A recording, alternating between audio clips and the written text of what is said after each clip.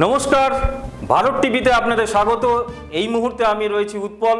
শুরুতেই দেখে নেব আজকের হেডলাইন্স।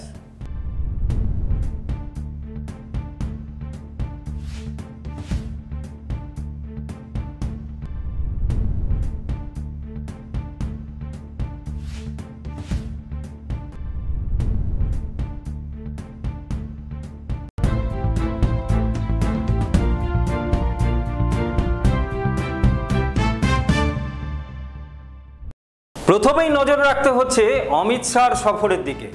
মোদির পর এবার অমিত শাহ ২৬-এর বিধানসভা নির্বাচনের দামামা বাজিয়ে তৃণমূল সরকারকে উৎখাতের ডাক দিলেন। একগুচ্ছ কর্মসূচি নিয়ে শনিবার রাজ্যে এসেছেন স্বরাষ্ট্রমন্ত্রী অমিত শাহ। প্রধানমন্ত্রী নরেন্দ্র মোদির পর মাত্র দুদিনের ব্যবধানে অমিত শাহর রাজ্যে আসা রাজনৈতিক দিক থেকে বেশ খানিকটা তাৎপর্যপূর্ণ। আলিপুরদুয়ারের সভা থেকে প্রধানমন্ত্রী নরেন্দ্র মোদি দলীয় কর্মীদের সুর বেঁধে দেওয়ার পর অমিত শাহর আজকের এই বৈঠক একটা বড় বার্তা বহন করে। কারণ ২৬-এর বিধানসভা নির্বাচনকে সামনে রেখে বিজেপি ইতিমধ্যেই পশ্চিমবাংলায় সংগঠনকে জোরদার করার প্রচেষ্টা শুরু করে দিয়েছে। Bureau report, Bharat TV. মোদির সভার পর শাহী সভাতেও ডাক পেলেন না বিজেপির প্রাক্তন রাজ্য সভাপতি দিলীপ ঘোষ। অভিমানী দিলীপের এবার কি পদক্ষেপ, সেদিকে তাকিয়েই রাজনৈতিক মহল। মোদির পর শাহীর সভাতেও ডাক পেলেন না বিজেপির প্রাক্তন রাজ্য সভাপতি দিলীপ ঘোষ। আলিপুরদুয়ারে প্রধানমন্ত্রীর সভায় ডাক না পাওয়া প্রসঙ্গে দিলীপবাবু জানিয়েছিলেন, উত্তরবঙ্গের সভায় তাকে ডাকা না হলেও দক্ষিণবঙ্গ বা কলকাতার সভাতে ডাক পাবেন। প্রধানমন্ত্রীর সভার দুদিন বাদে কলকাতার নেতাজি ইন্ডোর স্টেডিয়ামে শাহীর সভাতেও ডাক পেলেন না অভিমানী দিলীপবাবু জানিয়েছেন, মণ্ডল কমিটি, জেলা কমিটি, রাজ্য কমিটি নির্বাচন চলছে। সাংগঠনিক নির্বাচন চলাকালীন কারা ডাক পেলেন তা তিনি জানেন না। অর্থাৎ সুকান্ত শুভেন্দুর জোড়া ফলায় দিলীপ ঘোষ যে কোণঠাসা তা বলাই যায়। এই পরিস্থিতিতে দিলীপ ঘোষ কী পদক্ষেপ নেন সেটাই এখন দেখার। Bureau report, Bharat TV. ৪৮ ঘন্টা পরেও অধরা অনুব্রত মণ্ডল, যাকে ঘিরে রাজনৈতিক তরজা চরমে। পুলিশকে গালিগালাজ, কুকথার বেশ কয়েক ঘন্টা কেটে গিয়েছে। তারপরে মামলা করেছিল পুলিশ, কিন্তু তাও অধরা অনুব্রত মণ্ডল। দ্বিতীয় দিনেও পুলিশের হাজিরা এড়ালেন বীরভূমের তৃণমূল কংগ্রেস নেতা কেষ্ট মণ্ডল ওরফে অনুব্রত মণ্ডল। শারীরিক অসুস্থতার কারণ দেখিয়ে থানায় হাজির হতে পারবেন না। চিকিৎসক তাকে ৫ দিনের বেড রেস্ট দিয়েছেন। আইনজীবীর মারফত বোলপুরের এসডিপিওকে একথা জানিয়ে দেওয়া হয় কেষ্টর তরফে। কেষ্টর আইনজীবী অভিযোগ করে বলেন, তিনি চক্রান্তের শিকার হয়েছেন। জামিন অযোগ্য ধারায় মামলা থাকা সত্ত্বেও পুলিশ কেন তাকে গ্রেপ্তার করতে সাহস দেখাচ্ছে না? বিরোধীরা এই প্রশ্ন তুলে ইতিমধ্যেই সরব হয়েছেন। বিরোধীদের প্রশ্ন, এই তলব খেলা আর কতদিন চলবে? অনুব্রত ইস্যুতে তৃণমূল কংগ্রেস যে খানিকটা অস্বস্তিতে পড়েছে তা বলাই যায়। Bureau report, Bharat TV. উত্তর সিকিমে আবারও দুর্ঘটনার কবলে পর্যটকদের গাড়ি। মৃত এক, নিখোঁজ প্রায় ৮ জন। উদ্ধারে সেনা, এনডিআরএফ। আবারও উত্তর সিকিমে পর্যটক বোঝাই গাড়ি দুর্ঘটনার কবলে পড়ল। পর্যটক বোঝাই গাড়িটি তিস্তায় পড়ে গিয়ে একজনের মৃত্যু হয়েছে, নিখোঁজ হয়েছে আরও ৮ জন। উদ্ধার কাজে সেনা, এনডিআরএফ হাত লাগিয়েছে। তিস্তার জলে প্রবল গতিবেগ থাকায় উদ্ধার কাজ ব্যাহত হচ্ছে। তিস্তার পার থেকে ৪টি পরিচয়পত্র এবং ৬টি মোবাইল ফোন উদ্ধার হয়েছে। সূত্রের খবর, পর্যটক বোঝাই গাড়িটি মুন্সিথাং এলাকার কাছে লাচুং হাইওয়েতে প্রায় ১০০০ ফুট গভীর খাদে পড়ে গিয়ে তিস্তার জলে তলিয়ে যায়। দুর্ঘটনা কবলিত গাড়িটিতে উত্তরপ্রদেশ, উড়িষ্যা ও ত্রিপুরার পর্যটকরা ছিলেন। তারা একত্রিত হয়ে গাড়িটি ভাড়া করে উত্তর সিকিমে বেড়াতে গিয়েছিলেন। ফিরে আসার সময়ই এই দুর্ঘটনা ঘটে। স্থানীয় প্রশাসনের তরফ থেকে বিপর্যয় মোকাবিলা দলকে প্রস্তুত রাখা হয়েছে। Bureau report, Bharat TV. Raiganj শহরের পূর্ব নেতাজি পল্লী এলাকায় পরপর চুরি। পুলিশ প্রশাসনের বিরুদ্ধে ক্ষোভ উগড়ে সড়ক খোদ শাসক দলের পুরো কোঅর্ডিনেটর। এলাকাবাসীর মধ্যে বাড়ছে ক্ষোভ। রায়গঞ্জ পূর্ব নেতাজি পল্লী এলাকায় পরপর ৩টি বাড়িতে চুরির ঘটনা ঘটায় স্থানীয় মানুষের মধ্যে আতঙ্কের সৃষ্টি হয়েছে। পুলিশকে জানিয়েও কোনো কাজ না হওয়ায় বাসিন্দারা হতাশ হয়ে পড়েছেন। সব ভাঙা দেখছি তালা, তারপরে উপরে উঠেছি, উপরে দেখে সব আমার ড্রয়ার ফয়ার সব ভাঙা। যেহেতু আমি বাড়িতে কেউ থাকে না এখানে, আগে ভাড়া ছিল এখানে দুজন, এখন থাকছে না কেউ, এখন ফাঁকাই আছে।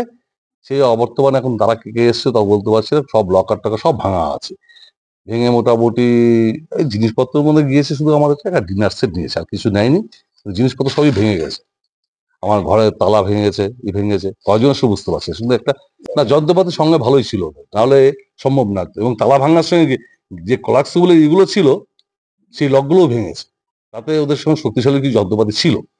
এবং এরা হচ্ছে ট্রেন্ড সব চোর বলতে হবে, সম্ভব না সাধারণ চোরের পক্ষে এগুলো। এখানে দুটো বাড়িতে হয়ে গেল, আর তিনটে বাড়িতে হয়েছে, এবং আরেকটা বাড়িতে 6টা তালা ভেঙেছে, ওখানেও সেম কেস। আতঙ্কের ব্যাপার, বাড়িতে ছেড়ে তো কেউ যেতে পারবে না, বাড়ি ছেড়ে কেউ বাইরে যাবে, এরপর আজকে হয় রাত্রে হয়েছে দেখতে পাইনি, এরপর দিনের বেলা হবে, এটা যদি প্রতিরোধ না করা যায়। বললাম বন্ধুকে, বললাম, ও বলছে আজকে থানায় একটা এফআইআর করবে, কারণ এরাও থানায় এফআইআর করেছে, এখনো ওটা কোনো শুরু হয় না, হয়তো দেখিয়েছে, সিসি ক্যামেরা দেখিয়েছে, কারা মানে মুখগুলো ফেসগুলো দেখা গিয়েছে, কয়জন এসেছে, এখনো হয়নি। রায়গঞ্জ পৌরসভার 11 নম্বর ওয়ার্ড কোঅর্ডিনেটর রতন মজুমদারের অভিযোগ, ফাঁকা বাড়ির সুযোগ নিয়েই দুষ্কৃতীরা বাড়িতে ঢুকে জিনিসপত্র লুট করে পালাচ্ছে। এলাকায় মাদকাসক্তদের দৌরাত্ম্য বেড়ে যাওয়ার কারণেই চুরির ঘটনা বাড়ছে। পুলিশ প্রশাসনের কাছে বারবার জানানো সত্ত্বেও পুলিশ তেমন কোনো ভূমিকা পালন করছে না। চুরি রুখতে পুলিশকে কড়া পদক্ষেপ নিতে অনুরোধ করেছেন রতনবাবু। প্রচুর পরিমাণে বেড়ে গেছে, পাতা খাওয়া থেকে শুরু করে বিভিন্ন ধরনের প্রশাসন থেকে প্রেশার চলছে, আমরা প্রতিনিয়ত প্রেশার দিচ্ছি সেই জিনিসটা যেন বন্ধ হয়। আর একটু বিশেষ করে আমাদের প্ল্যাটফর্মটা অনেকটু দূর এগিয়ে এসছে, এবার ওদিক দিয়ে আমাদের ওই পোর্শনটা দিয়ে পরপর এই 7 দিনের মধ্যে 3টা বাড়িতে অ্যাটাক হলো, যেটাতে চুরি ঠিক না ডাকাতির মতো।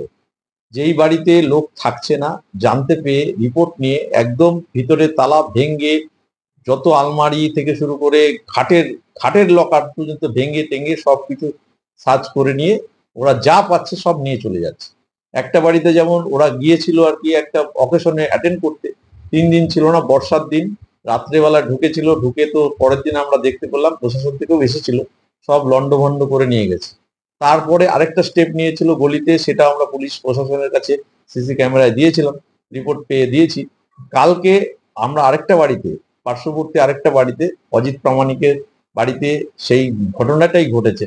পুরা গেটের লক কেটে দিয়ে, ভিতরের লক ভেঙে, ভিতরে আলমারি থেকে শুরু যত ডয়ার টয়ার ছিল সব ভেঙে টেঙে ওরা তছনছ করে দিয়েছে। সেখানে কিছু ছিল না, যেহেতু ওটা খালি বাড়িই ছিল, যে ব্যবসার খাতিরে অফিস হিসাবে ব্যবহার হতো, সেই জন্য সেরকম কিছু পায়নি ওরা ভেঙে সব কিন্তু ক্ষতি করেছে, সবকিছু করেছে। তার মানে একটা বড় ধরনের চক্র চলছে, সেই চক্রটাকে বন্ধ করতে হবে। আমরা প্রশাসনের কাছে বিভিন্নভাবে বলছি, প্রশাসন বলছে প্রশাসনের মধ্যে দেখছে, আমরা বিভিন্নভাবে প্রেশার দিচ্ছি। যেমন আমি তোমাকে বলছি, আগের বছর জগন্নাথ পূজায়, সামনে জগন্নাথ পূজা আসছে, আমার এখানে সিসি ক্যামেরা থাকা সত্ত্বেও 2টা মহিলার কাছ থেকে 2টা হার নিয়ে নিয়েছিল। আমি তো বলবো কালকে আমাদের লোকনাথ পূজার উদ্বোধন আছে, পরশুদিন লোকনাথ পূজায় বড় আকারের ভিড় হবে, প্রশাসন যেন সেখানেও তৎপর থাকে। কারণ বিভিন্নভাবে নেশাগ্রস্ত লোকরা এইসব কাজ করছে, এদের মদত দিচ্ছে, মানে বাইরের থেকে কিছু লোক আসছে, লোকাল হয়তো কিছু থাকতে পারে। পুলিশ প্রশাসনের কাছে প্রেশার বাড়ানো, মানে আমরা বিভিন্নভাবে বলছি, পুলিশ প্রশাসন আগেও খুব তদারকির সহিত এগুলো দায়িত্ব পালন করেছিল। ইদানিং দেখতে পাচ্ছি কিছু কিছু লোক এগুলোর থেকে এড়িয়ে যাচ্ছে। যেমন অজিতকে বলেছিলাম যে পুলিশ প্রশাসনের কাছে ওকে একটা অ্যাপ্লিকেশন দেখতে, যেহেতু ওর সেরকম ক্ষতি হয়নি, ও বলছে পুলিশ আগের তোর অ্যাপ্লিকেশন দিলাম, আগের গুলার রিপোর্ট আসেনি, তো এই পুলিশকে বলে কি হবে। তো যাই হোক, আস্থা হারাচ্ছে লোকে পুলিশের ওপর। আমি বলতে যাচ্ছি পুলিশ প্রশাসন ভালো কাজ করছে, আমরা পুলিশ প্রশাসনকে সবসময় প্রেশার দিয়ে কাজ করার চেষ্টা করছি। যেহেতু প্ল্যাটফর্মটা আমাদের ওই সাইডে হয়ে যাওয়াতে রেল লাইন দিয়ে কিছু চোর বা ডাকাতির মতোই লোক ওরা এসছে, একদম রীতিমতো ভালো ড্রেস পোশাক পরে এসছে, মুখে ভেটকি বেঁধে মাথা করে এখান থেকে জিনিসপত্র নিয়ে চলে যাচ্ছে। তো সেটা দেখার দায়িত্ব প্রশাসনের, আমরা প্রশাসনের উপর নির্ভর করে থাকবো, ওরা যেন ভালো দায়িত্ব নিয়ে এটা করে, আমাদের এলাকায় যেন আরো টহলদারিটা বাড়িয়ে দেয়। কারণ এই এলাকায় পরপর 3টা ঘটনা ঘটলো, আমি খুব চিন্তিত আর কি, আমার ওয়ার্ডবাসী খুব চিন্তিত। Bureau report, Bharat TV.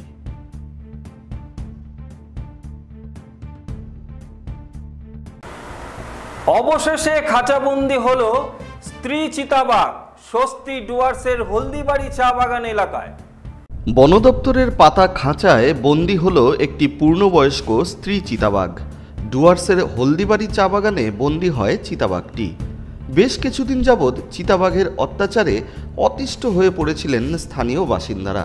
এবারে সেই স্ত্রী চিতাবাঘ খাঁচাবন্দি হওয়ায় স্বস্তি ফিরেছে এলাকার বাসিন্দাদের মধ্যে। Bureau report, Bharat TV. সঙ্গে থাকুন, দেখতে থাকুন ভারত টিভি, প্রতিদিন প্রতিক্ষণ মানুষের পাশে।